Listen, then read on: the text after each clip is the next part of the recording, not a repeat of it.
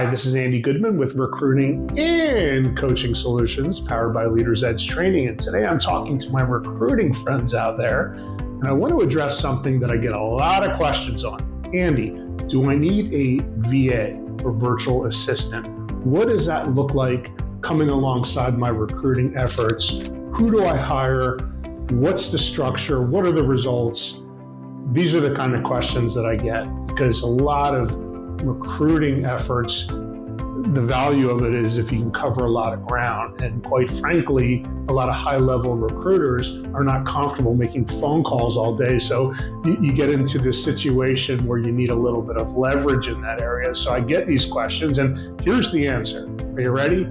It depends. It depends on a lot of things. But first of all, let me cover what the negatives are. So that depends can be a little more qualified for you. First of all, negatives would be the skill level. You got to keep in mind that you're paying for someone to basically read a script, and the skill level does vary. Number two, the consistency kind of is not there a lot of times, so you have to stay on top of it. And then the third thing is that the recruiting effort through the VA may not leave the impression that really reflects what your company's all about sometimes, very subtly, and you got to kind of watch for that. So the most ideal situation for you to consider hiring a VA would be if you have an established process and you have momentum and you have a defined database. Those would be the three things that you should have in place.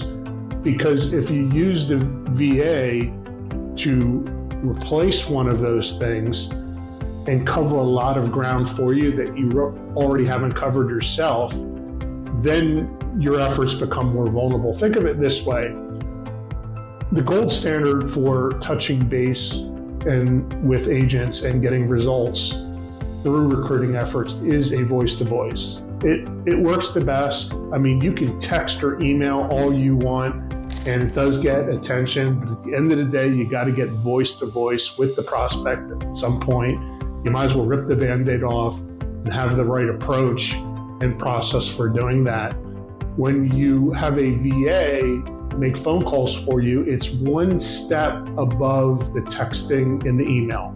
It doesn't replace what a skilled recruiter can do for you. It just creates one step above that. So if emails and texts get a very low result, even though they could get a result, the VA, your expectation should be that it might get you just a little bit further.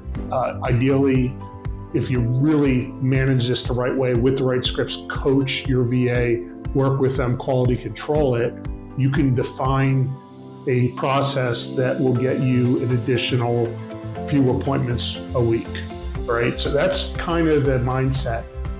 The process that you need to have in place, whether it's through the Ultimate Playbook for recruiting and retaining real estate agents, available on Amazon at a small price and a huge return on investment, is one process you can explore. In the playbook, it shows you what you need to have in place, what the scripts are. It'll also give you those dialogues that when you do train up a VA, you'll have a launching point for them. So whether it's the playbook or another system, that's what I recommend you have in place. You want to have the system, the momentum, and you want to have who you're going after really defined. You want your VA to call people that you give them versus a blind list of people.